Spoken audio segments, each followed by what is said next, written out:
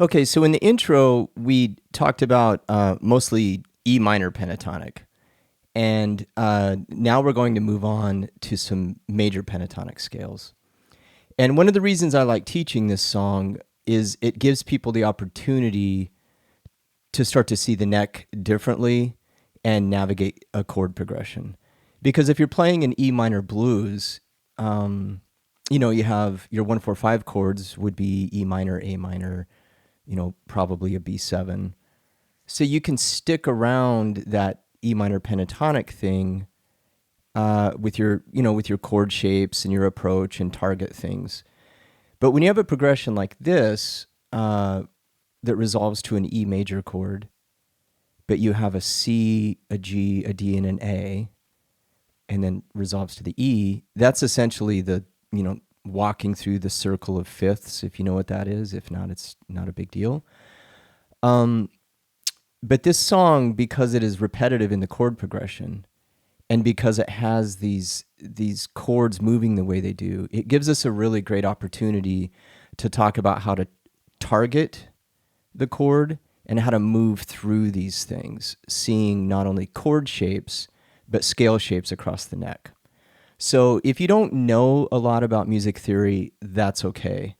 I'm just going to mention some things so that you start having some general awareness of them. When we talked about E minor pentatonic, for minor pentatonic, you can start on any root note. Start on a root, like we did here on E, go up a minor third, in this case to a G.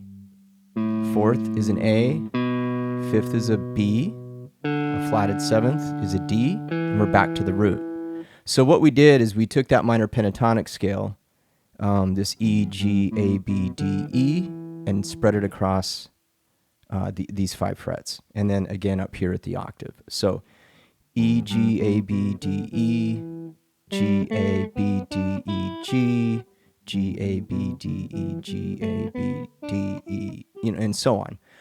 Now we're going to start talking about major pentatonic. And we're going to line up the pentatonics with the chord progression.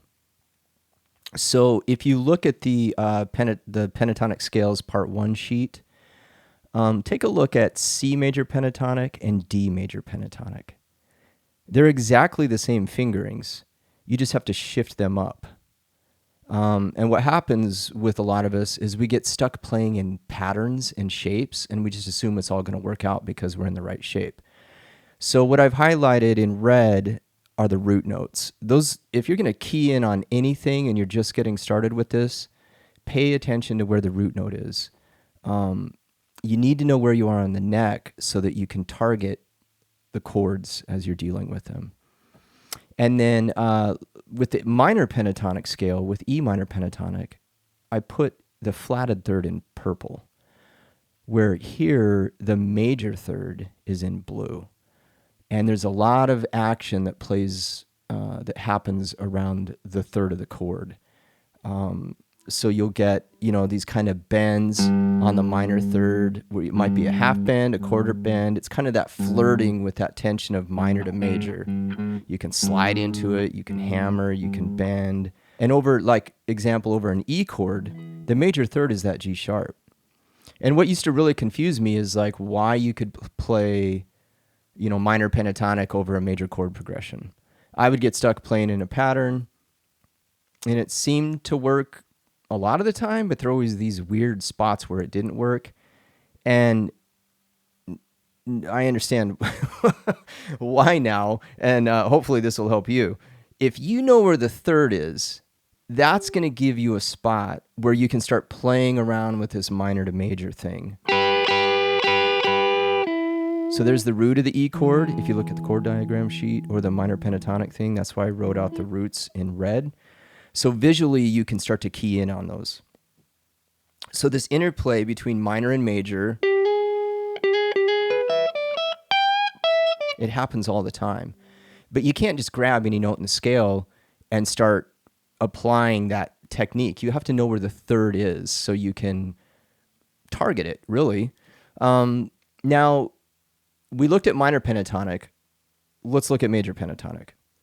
So I don't want to get too lost in the weeds here, but I think it is really important that you have a sense of what I'm talking about, or you're not going to be able to apply the information, not just in this song, but moving forward. I don't want you to just get stuck in playing a shape. So the formula for a major pentatonic, just like minor pentatonic had its formula, you can start on any root note. You go up a whole step, right? So we have C, D, E. Now we go up to the fifth. So we have root, second, third. The fifth is a G note. The sixth is an A note. And then we're back to the root. And then it just repeats. Root, second, third, fifth, sixth, root, second, third. Now the way the guitar is tuned, this falls into the fingers really, really well. So we get this pattern.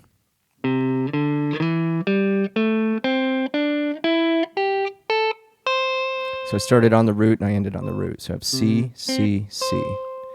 And what I suggest, I didn't write out a bunch of exercises for this because I figured you could just kind of work on this as you go. Just like the minor pentatonic, it's important to get this under your fingers and treat it as a picking exercise, hammer-ons, pull-offs. So maybe double pick everything like we did before, where you go.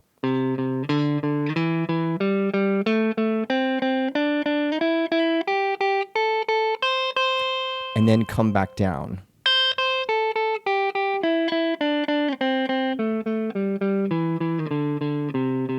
You know, single pick it.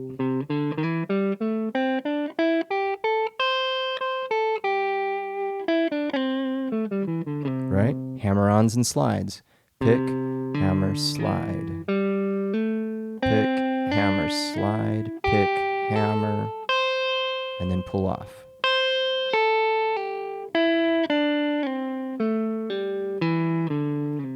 You can really kind of tease this out a bunch of different ways, and you should. But keep in mind, you're not just trying to get the pattern under your fingers. You're looking for the root notes, and you're really trying to pay attention to at least where you are on the neck with the root note. I go into this learning the neck thing in a couple other courses, and that's super important, like the caged course, the intro to caged, the power chord course is a really good one if you're trying to learn and memorize the neck. Because a lot of times when I'm working with people, even if they've been playing for quite a while, they've been trying to memorize the neck for a long time, and they just try to rote memorize it. But that's a pretty bad way to go about it, and I know that because I tried that several times when I was starting. You want to have a bunch of exercises that really kind of force you to find these things over and over and over. So a lot of this is about repetition, but being intentional with what you're doing.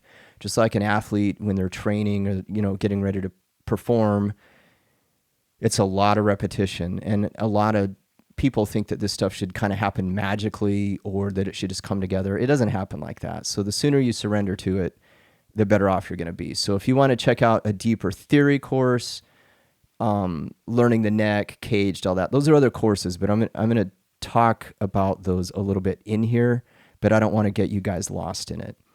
So we need to know this pattern. And a lot of people just do it ascending. And I don't know if it's because in the Western world we read left to right. I don't know what that is, but descending usually causes people a lot of problems. So you want to make sure you do it coming down as well, because you're going to play licks and solos that, you know, that's a normal thing to do.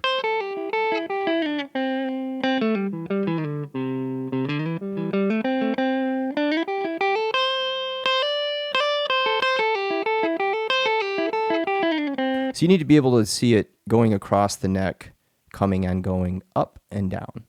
Okay, so that C pentatonic,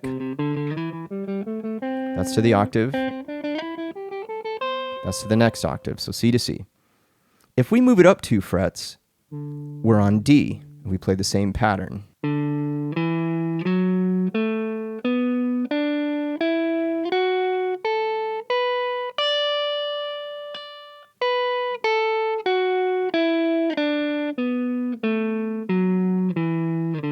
Okay, now the formula is exactly the same. Just like the formula for a major scale is, you know, start on a root, go up a whole, go up a whole, go up a half, go up a whole, go up a whole, go up a whole, go up a half. This is the same formula as C major pentatonic, but we're starting on a D, so we're going to get D, E, F sharp, A, B, D, E, F sharp, A, B, D. So the formula is exactly the same, but we're going to get a different set of notes because we're starting on a different root note. So we have this C pattern, we have this D pattern. So the root starts on the 5th string. So this pattern holds true for anywhere on the 5th string. You can move it around, and that should be part of your picking exercise. But I'm going to choose the rhythm exercises and the licks in this course to be the source of our technique exercises, but it's going to be based on these scales and these chord shapes and triads we're going to talk about. So it's important to do these as exercises, but you're going to get a good workout with these different rhythm ideas. And I think that's a great way to learn when you're having to apply the concepts within the context of a piece of music. Just like an athlete has to train, you do all your cardio, you work out, you eat well, you sleep, you do all that stuff. But the real application, that's all just to get you in so that you can do the thing. And then you have to apply it within context. So the same is, I believe, is true, and I see the best benefit for students if they're doing it within the context of a song. So we're going to take those two scales, C and D, and we're going to apply them to the chord progression. Now let's look at the pentatonic scale for G and A. So it's very similar, but you shift to the 6th string. So now we're looking for this root note, G. So we have G,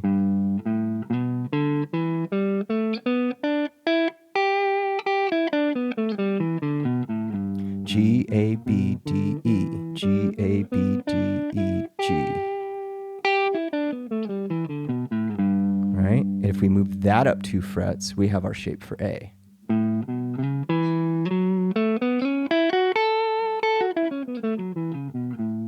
Same pattern. The root is on C, and then the chord progression goes to G. And then the chord progression goes to D, and then it goes to A. And then we wind up with that E chord, okay? So a good way to practice this would be C, G, D,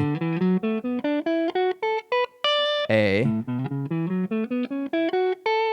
and again, ascending and descending. Why practice that way? Because that's the chord progression. Otherwise, we're just stuck going through all these patterns and scales and shapes, and we're just kind of going through the motions, but we're not applying it to a key, to a tempo, to a progression, to a groove.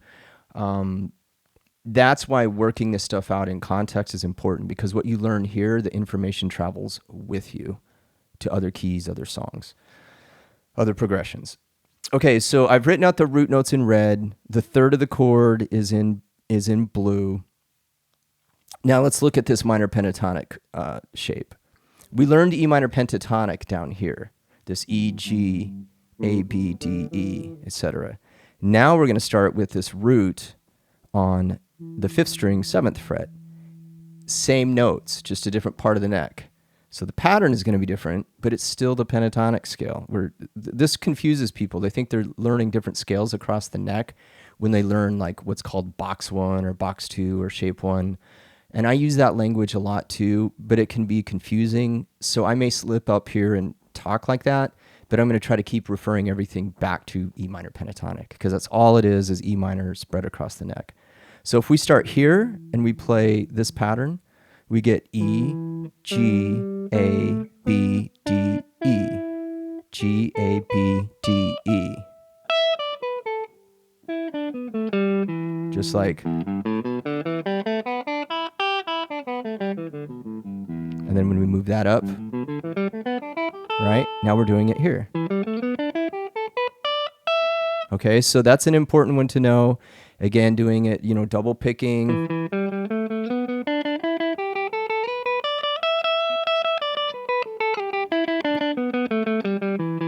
With hammer slide, pull off, and slide. because those are going to really show up in the licks and the rhythm stuff we're going to do. So you might as well start practicing it that way now, because you're going to have to contend with that in the rhythm and the lead stuff we do, the licks in between. And what I've tried to do is address a lot of the techniques that are common to guitar and guitar players and guitar vocabulary. So phrasing, dynamics, note selection. But I've tried to base everything kind of like in the style of Hendrix here. But you'll hear this in Steve Ray Vaughan and John Mayer and Reggie Young. I mean, this stuff pops up everywhere. So it's important to have the availability of not just the patterns, but the phrasing and the dialogue and how to use this information. So let's jump in. We're going to start with the using major pentatonic and triad sheet. We're going to start with example 1, and I'm going to turn on the backing track, and I'm going to play this along with the backing track.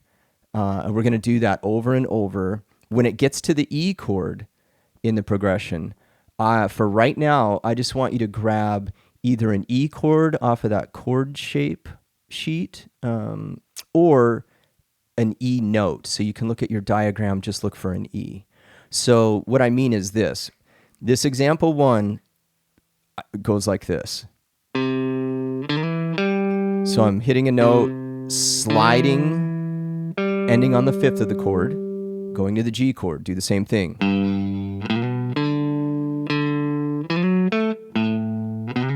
When the E chord comes in the progression, I can sit on this E. I can grab this E. I could play a power chord. I could play a triad.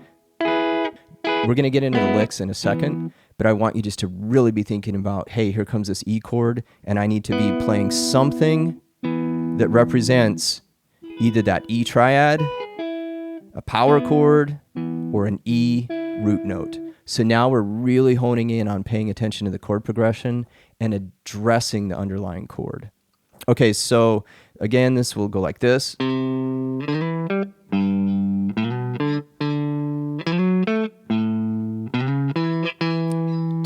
And then we sit on that E chord for 2 measures. So we're just going to hang out there. We're going to bring the licks in a second. But we can't bring in the licks until you're comfortable with the chord progression. You don't want to be making a mess rhythmically or with your phrasing and dynamics. You don't want to be rushing. You don't want to be behind. You want to really be intentional with your playing where you're fitting in with the track and the groove. Okay, so let's give this a try. I'm just going to turn on the track, and I'm just going to keep playing along for a little bit. And you play along with me. We're going to hang out on that E chord. You can hang out on whatever you want. I'll probably just grab different E notes. Okay, here we go.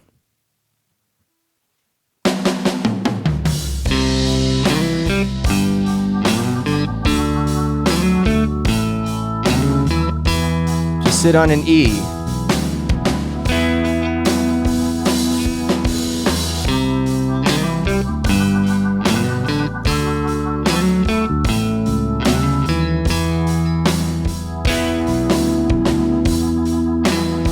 Back, look for that C, G, D, A.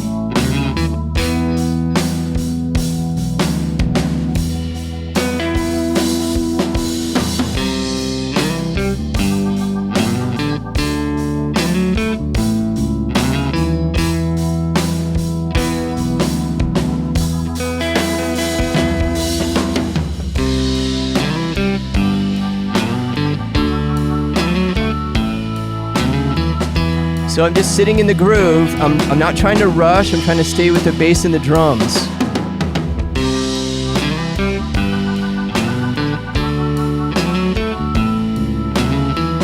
And I'm looking for those root notes all the time.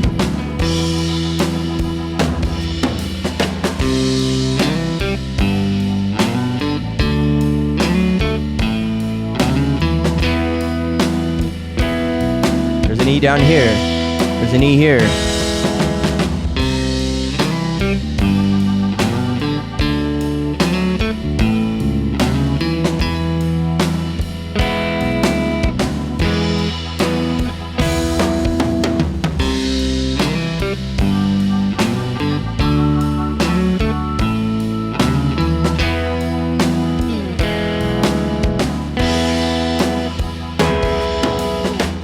See how I'm starting to hop around and move around? This is what Hendrix was so great at. He was a masterful rhythm guitar player. And he had the guitar neck mapped out. He knew where to find these shapes. And some people will say, oh, it's the cage system. Well, yeah, or it's just these pentatonic scales. Well, yeah, it's that too. But I think what causes people a lot of confusion is they just kind of buy into one system. I didn't learn the cage system. Really, I didn't know what people were talking about until a couple of years ago.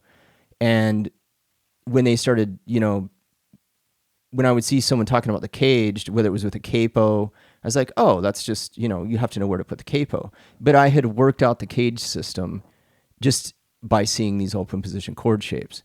And this pentatonic stuff, which ties into the cage system, I learned it not as the cage system, even though it's the same thing. I learned it by figuring out and learning a bunch of Hendrix tunes and Beatles stuff and songs where you had to learn all these different guitar parts. So I see this as kind of a contractor would look at a blueprint, and if you peel away, the electrical and the plumbing on a blueprint, or the elevator shafts or the stairwells or whatever, you get down to what's on page one, and then you start laying things on top of it. So it's very dimensional. And Hendrix was a very dimensional player. He saw things going across the neck. He saw it this way. He saw chord shapes, these broken patterns across the neck. Keith Richards, same way, with these kind of broken chord shapes that we're going to get into. Really important stuff. So I encourage you to not so much get trapped into a system as to be open to seeing the neck different ways, and then challenging yourself to see it from like a triad chord-based thing, and then dip into this pentatonic thing and look for these areas of overlap. Because Hendrix was a very opportunistic player. And by that I mean what I was doing with the E chord a second ago. I was playing E here, I was moving, right? And so Hendrix, if he's playing E here, he's going to play a lick based on that up here. But if he's playing E here, he might do something like, because he's seeing that E chord shape, right? So if he's down here, he might play something. If he's up here, right, he might do. He knows where he is on the neck. So being able to map this stuff out is super, super important. Okay, let's get back to the track. And now let's try that same thing a little faster. So this is more like the recorded tempo.